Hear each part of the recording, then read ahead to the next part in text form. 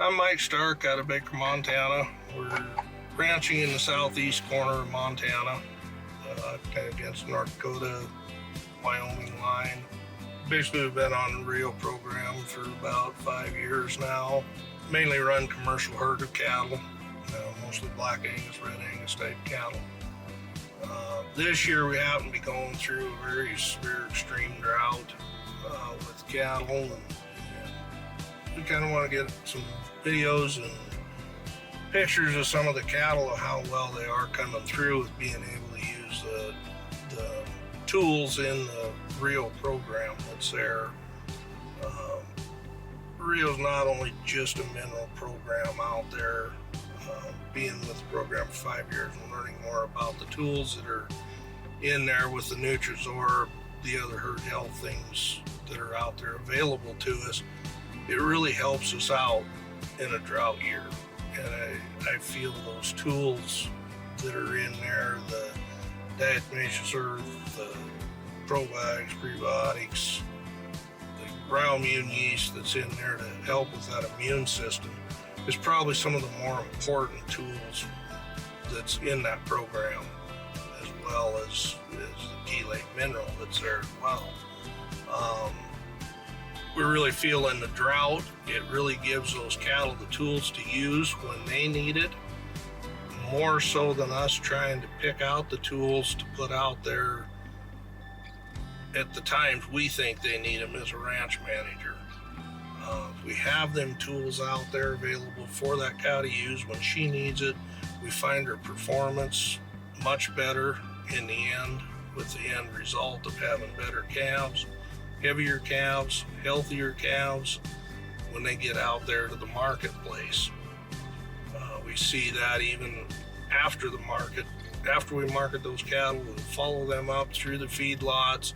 We're getting a lot better compliments. Those cattle staying healthy in the feedlots, which drives the demand for those buyers to come buy your cattle back the next time. It also helps us to increase our market price at times when it's available. Right now, we kind of want to look at this is a group of 2-year-old first calf heifers. One thing that we did do this spring, and I really want to talk a little bit about our Riomax yeast product that's there, that seems to be helping us very strongly. Seems like in the back of your mind, sometimes you question why you stay on these expensive programs as long as you do, and you also question whether you need to keep doing them.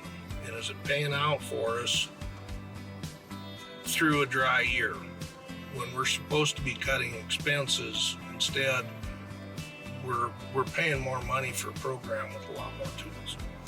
And with this particular group of cattle, we put them in the pasture to calve. We had planned on moving these cattle, and we didn't. So we left out one tub, which is insufficient amount of product for us, for the cattle out there.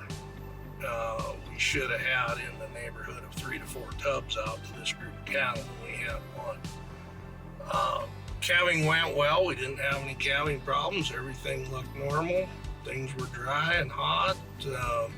Not too big of worries of scours and pneumonias. According to the weather that we had, we weren't calved out in the corral. We got up to branding time 2 weeks ago, brought the cattle in, and we had scours in the calves.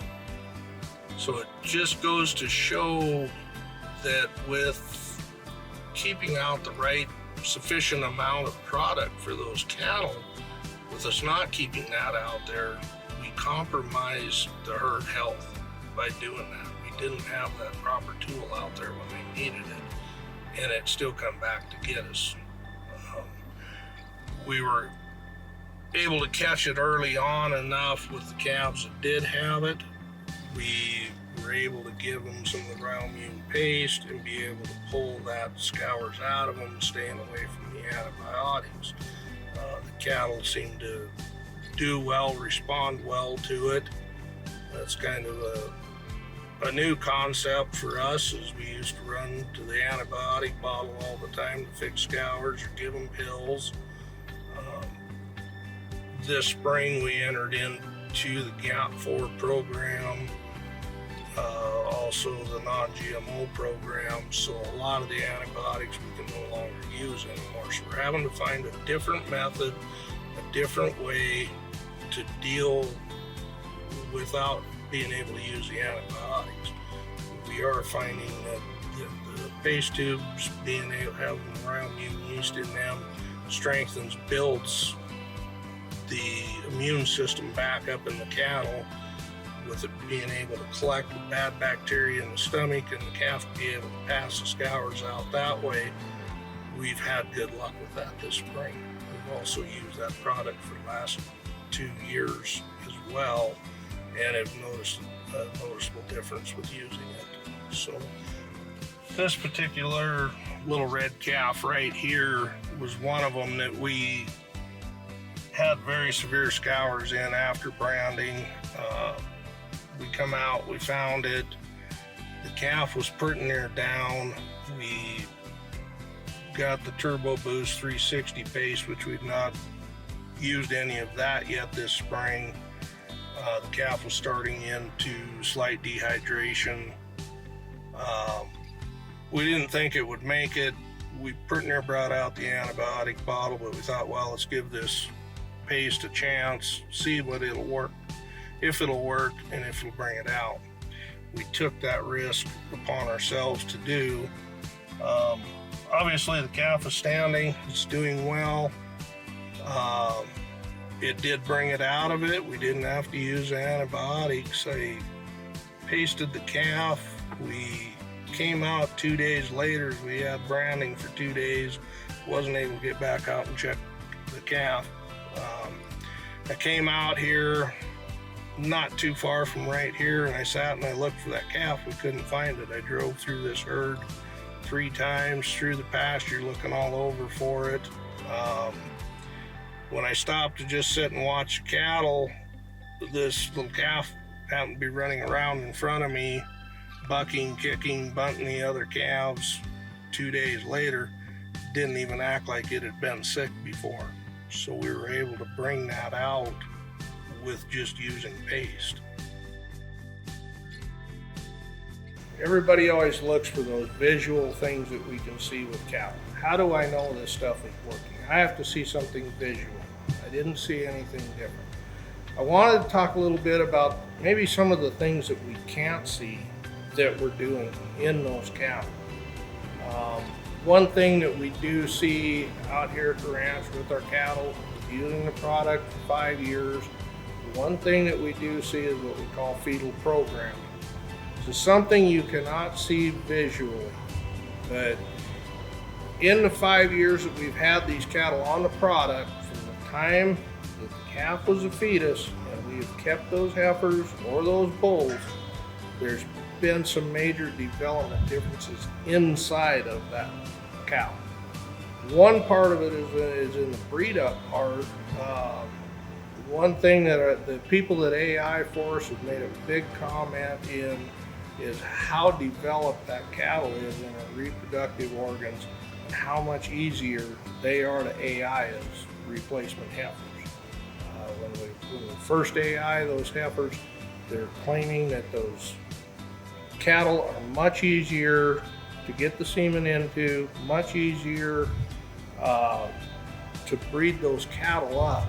And these are things that we see internally after we get into with what we call fetal programming. It's all in the development of those cattle and how those cattle can perform. The other thing that we see with fetal programming, of course, is your breed up gets up there pretty high. Here at the ranch, we're running 96 to 98% every year, even through these dry years. In a dry year, those young cattle are hard to get bred in a drought year to begin with. Young cattle are even harder because of the development that's not there. They're still in development stage. And those cattle go through that stress, they're hard to get bred back up. We've been able to hold that breed up 96 to 98% on our replacement heifers all the way up through the running age cattle. So that's another thing that good advantage that we see with fetal programming. Another thing that we're able to see is those cattle can definitely keep that body condition better through dry weather, which means they're milking better, producing more pounds on those calves. We're able to hold the weight on those calves when we go through. Fetal programming, we've also noticed, we happen to have, my son has a set of cattle from our herd. Those cattle are fetal program cattle. He's put them together in the last 5 years since we've been on the program. We've really been giving him a bad time over the last 5 years because his calves have been 30 pounds heavier than us. And we've accused him of cheating and grazing alfalfa and doing something on the backside to make those calves bigger and stronger. My wife and I were driving down the road last year, and it dawned on my wife, and she looked at me and she says, you know, we've been watching this whole fetal program thing for 5 years. We've been giving our son a really bad time about these calves being 30 pounds heavier, and it was right there in front of us the whole time. Those fetal program cattle will have a heavier calf in the end. And so we talk about Jesus' program is expensive. How do we pay for it? We don't always see in 6 months or a year the things that this thing is doing. But over 5 years, with some of the fetal programming things that have been coming into play, we're definitely seeing the profitability of those cattle in the end. And when I talk profitability, we're seeing that $100 to $200 extra going into our pocket per head on those calves when we sell them. Now, it doesn't sound like a lot of money per animal, but when we see that happen over 500 to 600 animals, that number is huge that we're seeing going into our pocket instead of passing that across the table to somebody else, or in a dry year losing that weight on those calves and losing that profitability in those calves.